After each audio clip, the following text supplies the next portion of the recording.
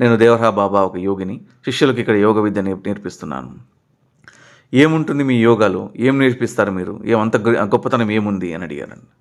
అంటే సరే మీరు ఆధునిక మానవులు కదా, మీరేం గొప్పతనం మీరు సాధించారు, మీరు ఏమి కొత్తగా మీరు కనిపెట్టింది ఏముంది చెప్పండి అని దేవరా బాబా వాడు అడిగారంట.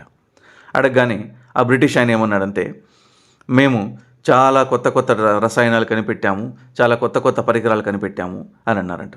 సరే మీరు కనిపెట్టిన దాంట్లో అత్యంత శక్తివంతమైనది ఏదైనా ఒకటి చెప్పండి అన్నారంట దేవరా బాబా. వెంటనే బ్రిటిష్ ఆయన, మేము పెట్రోల్ కనిపెట్టాము అన్నారంట.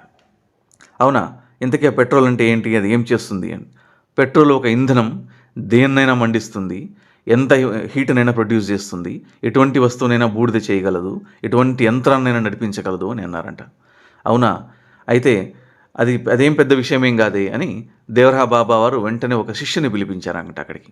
అక్కడున్న శిష్యుని పిలిపించి ఒక ఉత్తరీయం, అంటే తన మెడలో వేసుకున్నటువంటి ఒక బట్ట, ఒక క్లాత్ని తీసి అక్కడ కింద వేయమన్నారంట. వేసి ఆ క్లాత్లోకి నీ యూరిన్ పొయ్యని అడిగారంట. వెంటనే శిష్యుడు ఆ గురువుగారి ఆజ్ఞ మేరకు ఆ క్లాత్లోకి యూరిన్ పోశారంట. వెంటనే దేవరా బాబా వారు అన్నారు, కాస్త మంట తెచ్చి దానికి మంటించు అన్నారంట. సో వెంటనే ఆ శిష్యుడు మంట తెచ్చి ఆ క్లాత్కి అంటించగానే పెట్రోల్ వేసి మండినట్టుగా భగ్గుమని మండిందంట. వెంటనే ఆ బ్రిటిష్ ఆయన చూసి ఆశ్చర్యపోయారు. ఇదేంటి, ఒక వ్యక్తి యొక్క యూరిన్ ఏంటి బట్టలకు పోయడం ఏంటి, పోయగానే పెట్రోల్ లాగా నిజంగా మండడం ఏంటి, ఇది ఎలా సాధ్యమని ఆశ్చర్యపోయారు.